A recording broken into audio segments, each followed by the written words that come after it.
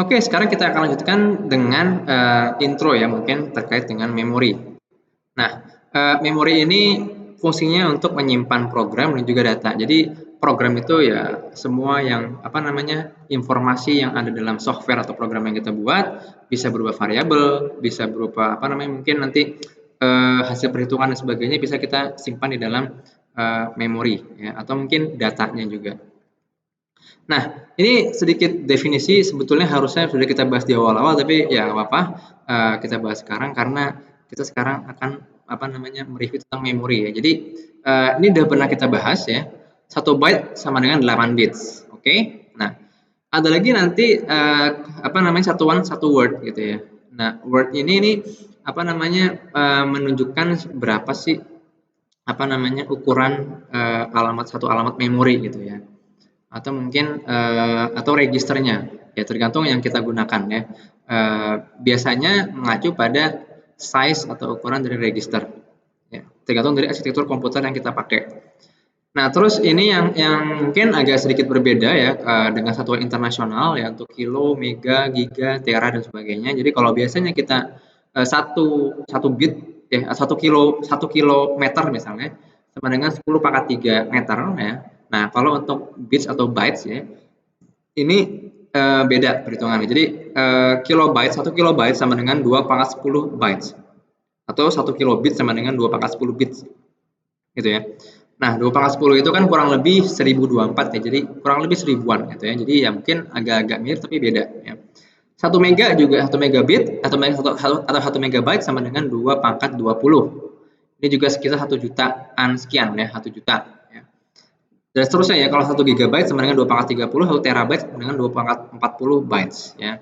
Nah, ini perlu untuk dicatat ya, karena nanti kalau kita misalnya ingin membuat memori ya dengan alamat yang jumlahnya cukup besar, entah kilo atau mungkin mega. Nah, ini yang perlu jadi patokannya ya. Nah, terus ada beberapa properti yang diinginkan dari memori. Jadi pertama, aksesnya cepat ya. Jadi seperti yang pernah saya sampaikan di awal-awal, untuk memori itu kita bukan hanya bicara kapasitas ya. Tentunya kita ingin kapasitasnya cepat ya, besar. Maaf. Tapi juga selain itu harus bisa diakses dengan cepat, karena ya nanti bisa jadi akan menjadi bottleneck ya untuk keseluruhan operasi dari komputer. Nah, terus harganya murah ya. Murah itu biasanya harga per misalnya kilobyte ya, atau berapa byte ya. Harga per byte. Jadi semakin kecil per byte-nya berarti makin murah gitu. Dan satu lagi non volatile. Non volatile ini artinya tidak mudah berubah-ubah ya, tidak banyak berubah-ubah isinya. Nah, cuma nanti pada kenyataannya ini bukan hal yang bisa dimiliki oleh satu komponen memori ya. Oke, nah ini kita bisa lihat ya, di sini ada hierarki atau piramida dari memori. Jadi biasanya semakin kita berada di piramida paling atas, maka akan memiliki properti yang cepat. Dia semakin cepat ya, ekspensif dalam artian mungkin harga per byte-nya makin mahal ya, dan biasanya juga memang kapasitasnya makin kecil semakin ke atas ya, karena ya kan makin mahal tadi gitu ya. Terus dia juga makin volatile gitu ya. Jadi kalau kita lihat di sini, pertama yang paling atas adalah register ya. Seperti yang tadi kita bahas, register ini adalah komponen memori yang sebetulnya nanti kalau kita lihat di arsitektur komputer ya, bagian setelah OTS, dia ada di dalam sebuah CPU. Nah, ini biasa dipakai untuk benar-benar tiap kali eksekusi instruksi dalam CPU, ini pasti dipakai ya.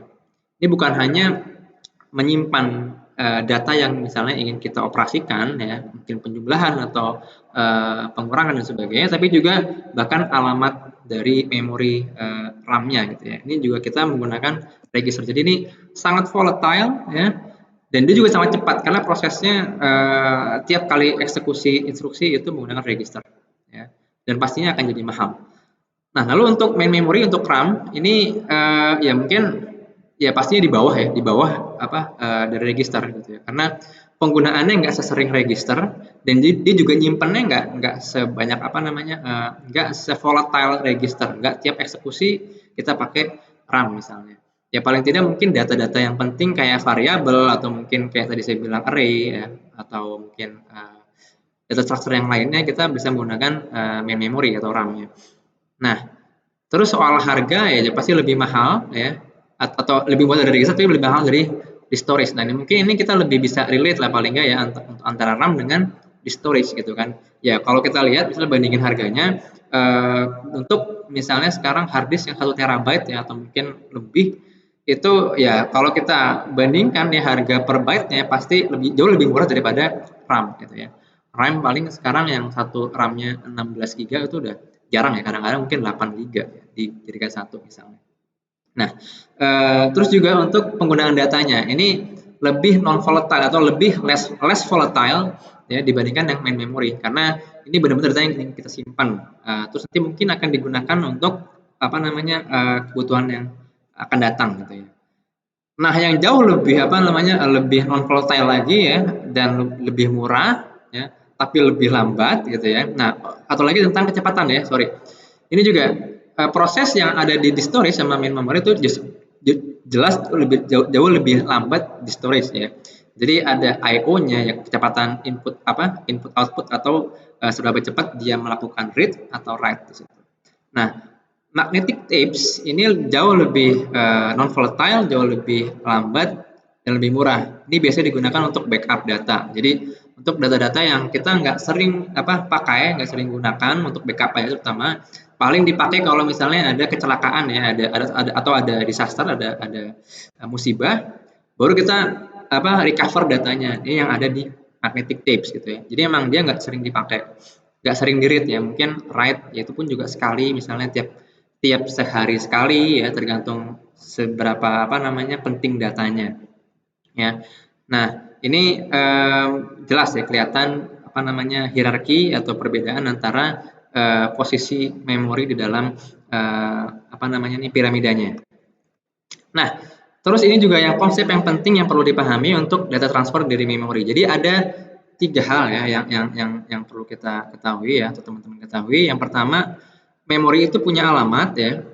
Nah, alamatnya itu nanti disimpan biasanya ya di prosesor itu akan menggunakan memory address register.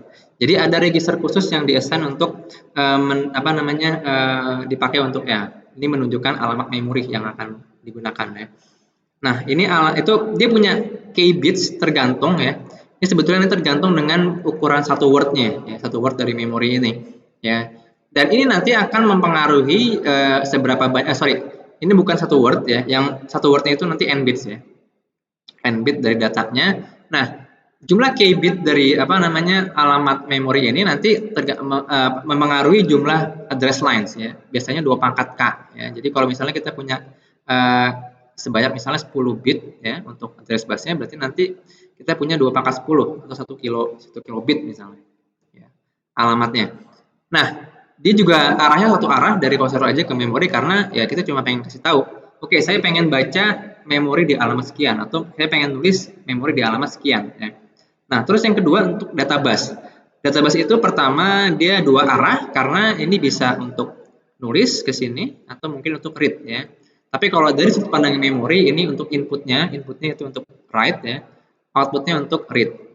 Dan dia jumlahnya n bitnya tergantung dengan ukuran word-nya, satu word-nya berapa. Dan biasanya ini satu word itu nanti satu ini n bits gitu ya. Satu lagi ada lagi namanya control lines. Ini yang menentukan atau memberitahu apakah kita melakukan operasi read atau write. Nah, ini tadi ya penjelasannya. Jadi informasi yang disimpan dalam memori ini dikelompokkan dalam satu word ya istilahnya. Nah, ini satu line tadi itu ya n bits ya. Oke. Nah, data input memberikan informasi yang akan disimpan. Jadi ini input ke memori ya. Input ke memori itu untuk yang nyimpan atau di store atau di write. Untuk output line ini untuk yang di read ya atau keluar dari memorinya.